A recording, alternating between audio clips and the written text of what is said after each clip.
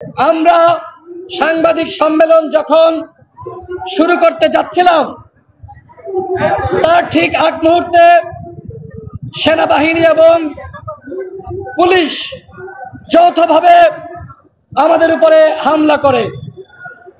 সেই হামলায় গণ অধিকার পরিষদের সংগ্রামী সভাপতি নুরুল হক নূর তিনি আক্রান্ত হন। তিনি এখন ঢাকা মেডিকেলের আইসিইউতে রয়েছেন। 6 সদস্যের একটি মেডিকেল বোর্ড গঠন করা হয়েছে।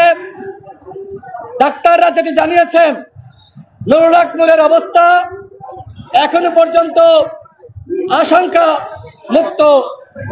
সংখ্যামুক্ত নন।